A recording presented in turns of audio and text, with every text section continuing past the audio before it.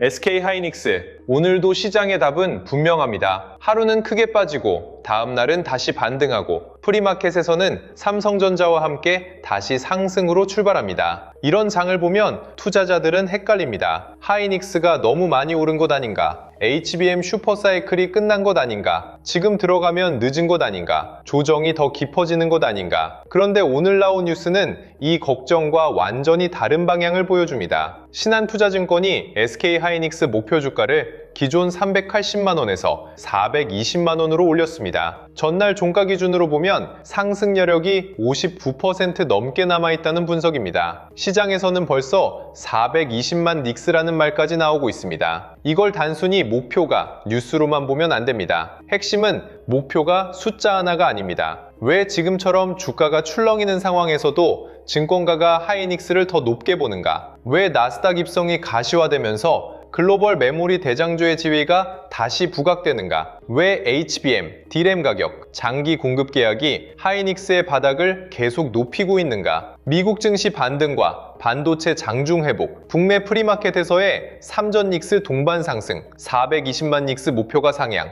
나스닥 입성 기대, 그리고 상승장에서도 수익을 내지 못하는 투자자들이 왜 계속 같은 실수를 반복하는지까지 정리해드리겠습니다. 먼저 미국 증시부터 보겠습니다. 미국 증시는 S&P 500과 나스닥이 6거래일 만에 반등했습니다. 장 초반에는 반도체주가 흔들렸습니다. 마이크론과 샌디스크 같은 메모리 관련주가 약했고 최근 반도체 쏠림에 대한 부담도 나왔습니다. 하지만 시장은 무너지지 않았습니다. 반도체주가 장중 반등에 성공했고 알파벳, 테슬라, 엔비디아 같은 테크주로 순환매가 나오면서 미국 증시는 강하게 마감했습니다. 여기서 봐야 할 건 반도체가 조금 흔들렸다는 사실이 아닙니다. 반도체가 흔들려도 AI와 테크 중심의 위험 선호가 살아있었다는 점입니다. 돈이 시장 밖으로 빠진 게 아니라 잠깐 다른 테크주와 업종으로 돌았다가 다시 AI 반도체 쪽으로 돌아오는 흐름이 나왔습니다. 이건 상승장이 끝났다는 신호가 아닙니다. 강한 상승장 안에서 주도주가 숨을 고르고 순환매가 나타나는 장면입니다. 우리 시장도 같은 흐름입니다. 삼성전자와 SK하이닉스는 프리마켓에서 동반 상승으로 출발했습니다. 최근 며칠 동안 반도체주는 흔들렸습니다. 삼성전자도 흔들렸고 하이닉스도 흔들렸고 마이크론도 변동성이 컸습니다. 애플의 중국 메모리 사용 요청, 오픈AI 상장 연기설, 미국 소비자들의 메모리 반독점 소송 이슈까지 투자 심리를 흔드는 뉴스들이 계속 나왔습니다. 하지만 여기서 중요한 건 펀더멘털이 무너졌느냐입니다. AI 수요가 꺾였나? HBM 수요가 사라졌나? 서버향 메모리 가격 상승세가 끝났나? 장기 공급 계약 흐름이 깨졌나? 아직 그렇게 볼만한 결정적 신호는 나오지 않았습니다. 오히려 시장에서는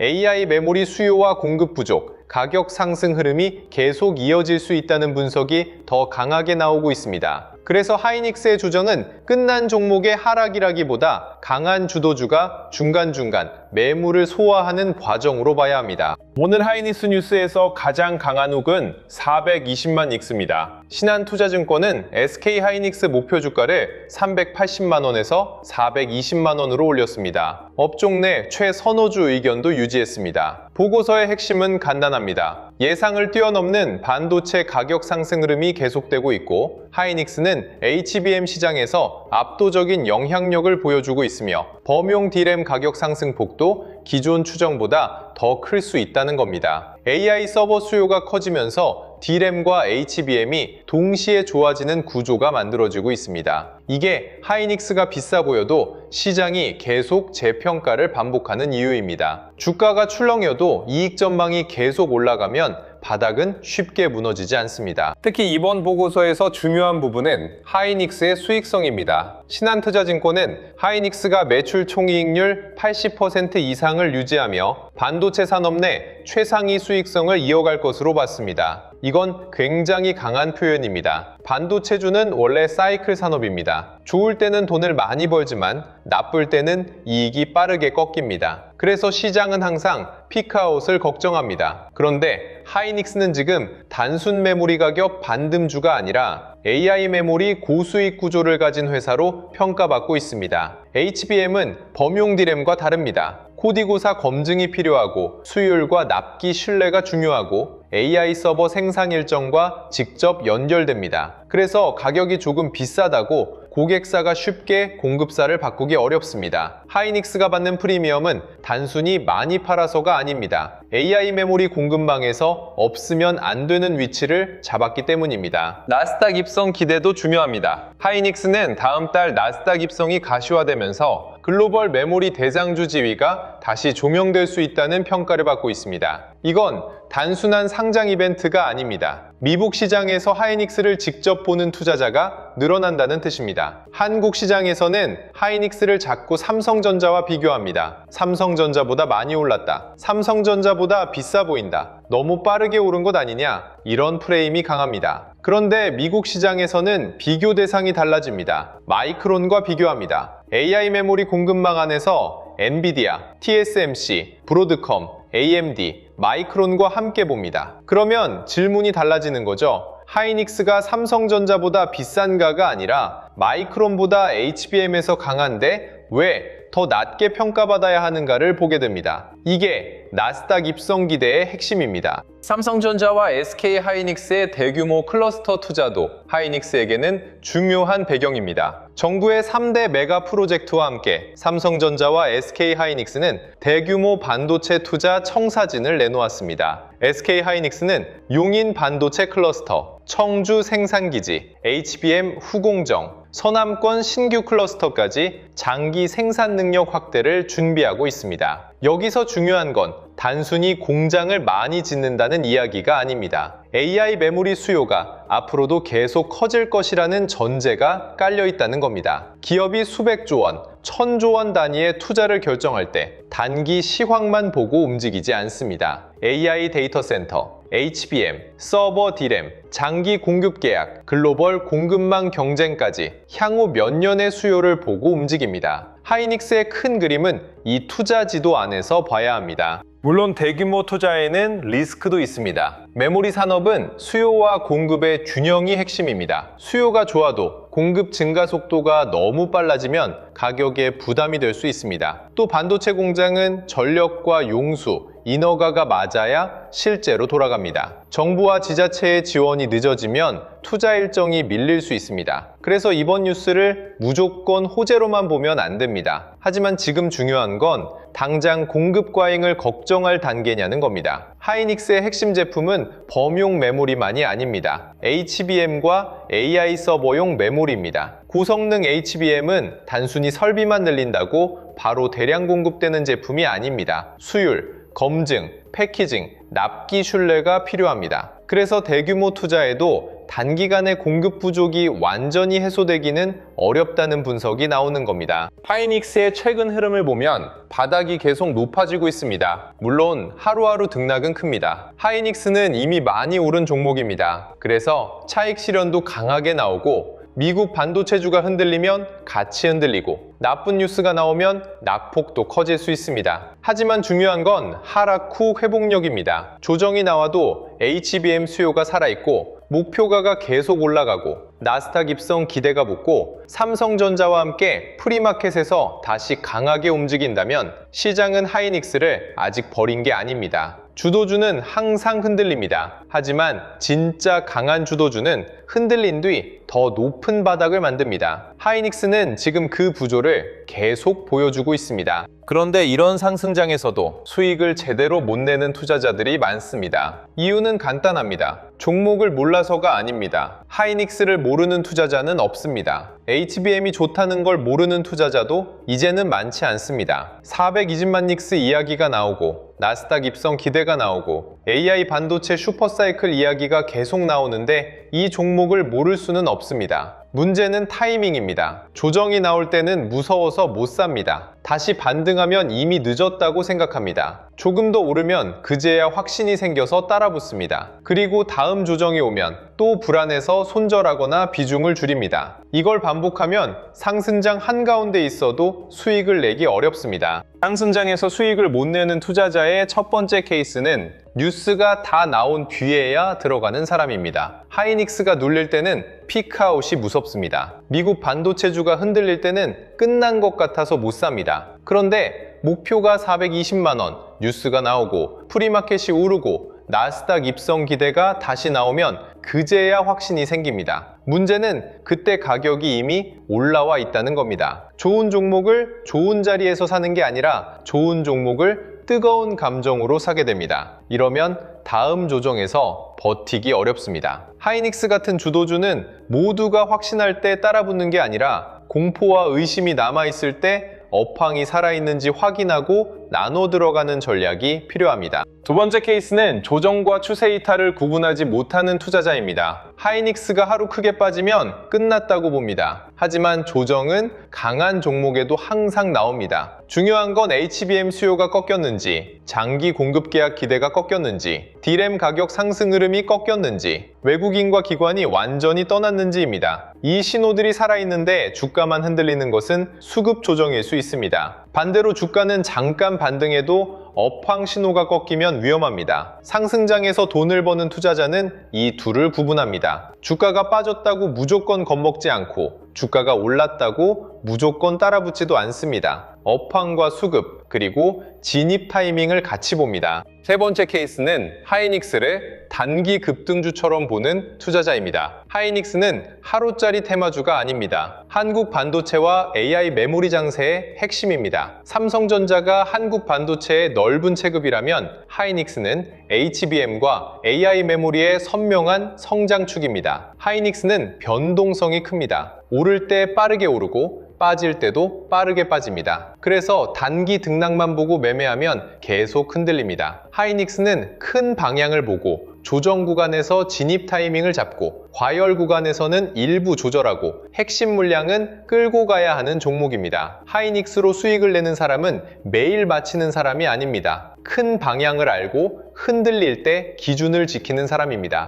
그럼 앞으로 하이닉스 전망은 어떻게 봐야 할까요? 첫 번째는 HBM입니다. 하이닉스의 핵심은 여전히 HBM입니다. AI 서버에 필요한 고성능 메모리에서 하이닉스가 압도적인 영향력을 보여주고 있다는 점은 이번 목표가 상향의 중요한 근거입니다. 두 번째는 범용 D램 가격입니다. HBM만 좋은 게 아니라 하반기 범용 D램 가격 상승폭도 기존 예상보다 커질 수 있다는 분석이 나왔습니다. 이건 하이닉스 실적 전체에 중요합니다. 세 번째는 ESSD입니다. AI 데이터 센터가 커지면 저장 장치 수요도 같이 늘어납니다. 하이닉스는 HBM과 D램뿐 아니라 낸드 쪽에서도 이익 기여도를 키울 수 있습니다. 네 번째는 나스닥 입성입니다. 이 이벤트가 현실화되면 하이닉스의 비교 대상과 수급폭이 달라질 수 있습니다. 장안 시나리오부터 보겠습니다. 미국 기술주 반등이 이어지고 엔비디아와 반도체 장비주가 다시 강해지고 한국 6월 수출이 좋게 나오고 하이닉스의 HBM과 D램 가격 상승 기대가 계속 살아나는 흐름입니다. 여기에 나스닥 입성 기대가 붙고 미국 투자자들이 하이닉스를 글로벌 AI 메모리 대장주로 보기 시작하면 하이닉스는 다시 강하게 움직일 수 있습니다. 이 경우 420만 닉스 이야기는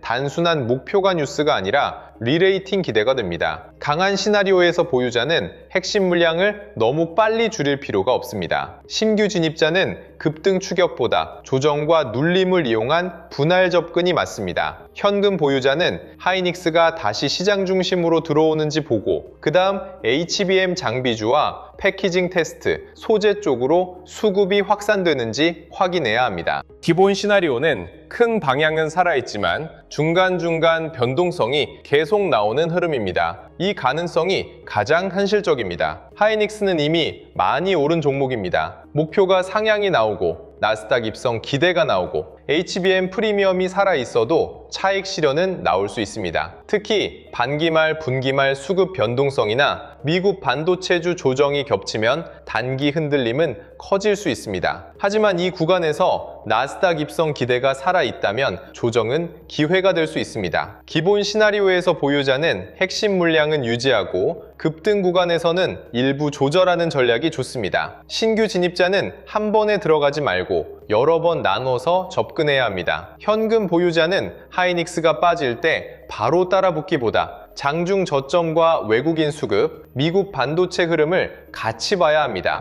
위험 시나리오도 있습니다. 미국 반도체주가 다시 흔들리고 마이크론과 메모리주가 약세를 이어가고 AI 데이터 센터 투자 속도 조절 우려가 커지고 메모리 가격 상승 기대가 꺾이는 경우입니다. 여기에 나스닥 입성 기대가 단기 재료 소멸로 해석되고 외국인 수급이 약해지면 하이닉스는 조정폭이 커질 수 있습니다. 이 경우에는 420만 닉스 목표가만 믿고 버티면 안 됩니다. 목표가는 방향을 보여주는 참고자료이지 리스크를 없애주는 안전장치가 아닙니다. 위험 시나리오에서 보유자는 핵심 물량만 남기고 일부 현금을 확보하는 전략이 필요합니다. 신규 진입자는 싸 보인다는 이유만으로 들어가면 안 됩니다. 하이닉스는 좋은 종목이지만 업황 신호가 꺾이는 구간에서는 더 싸 보이는 가격이 계속 나올 수 있습니다. 보유자 대응은 명확합니다. 하이닉스를 이미 들고 있는 투자자는 오늘 하루 등락보다 큰 그림을 봐야 합니다. 하이닉스를 다시 높게 볼 재료는 살아있습니다. 이런 상황에서 하루 조정만 보고 핵심 물량을 전부 던지는 건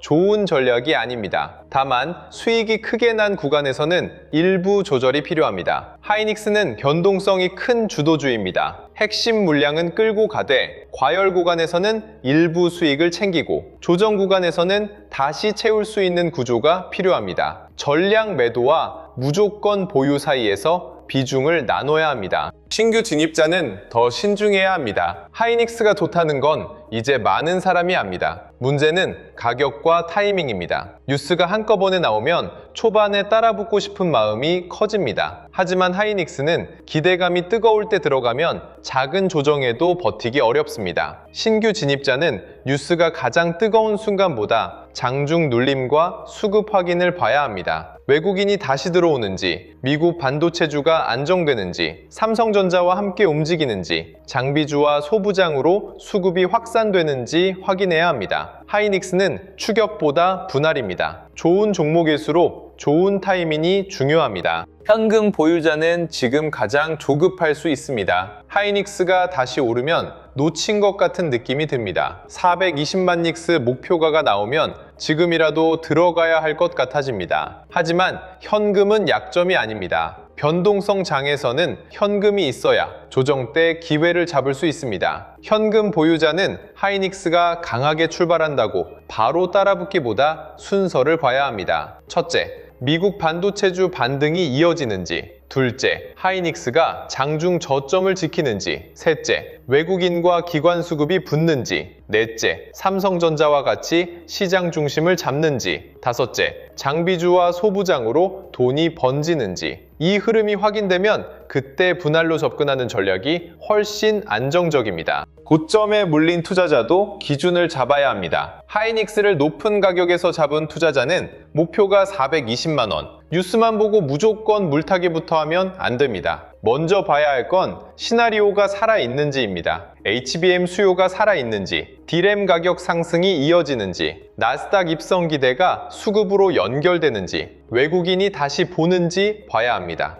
이 신호가 살아있다면 분할로 평단을 낮추는 전략이 가능합니다. 하지만 미국 반도체주가 계속 흔들리고 메모리 가격 기대가 꺾이고 반등할 때마다 매물이 강하게 나오면 무리한 물타기는 피해야 합니다. 물타기는 종목 믿음만으로 하는 게 아닙니다. 업황과 수급이 살아있을 때 하는 겁니다. 수익 중인 투자자는 가장 어려운 구간에 있습니다. 하이닉스로 이미 수익이 난 투자자는 더 갈 것 같아서 못 팔고 또 조정이 나올까봐 불안합니다. 이럴 때 필요한 건 전량 매도와 전량 보유가 아닙니다. 핵심 물량과 조절 물량을 나누는 겁니다. HBM과 AI 메모리 사이클이 살아있는 한 핵심 물량은 남길 필요가 있습니다. 하지만 급등이 나오고 뉴스가 너무 뜨거워지고 단기 과열이 생기면 조절 물량 일부는 줄일 수 있습니다. 이렇게 해야 추가 상승도 놓치지 않고 조정 때 심리도 무너지지 않습니다. 하이닉스 같은 주도주는 끝까지 마치려고 하면 어렵습니다. 중심을 잡고 비중을 조절해야 합니다.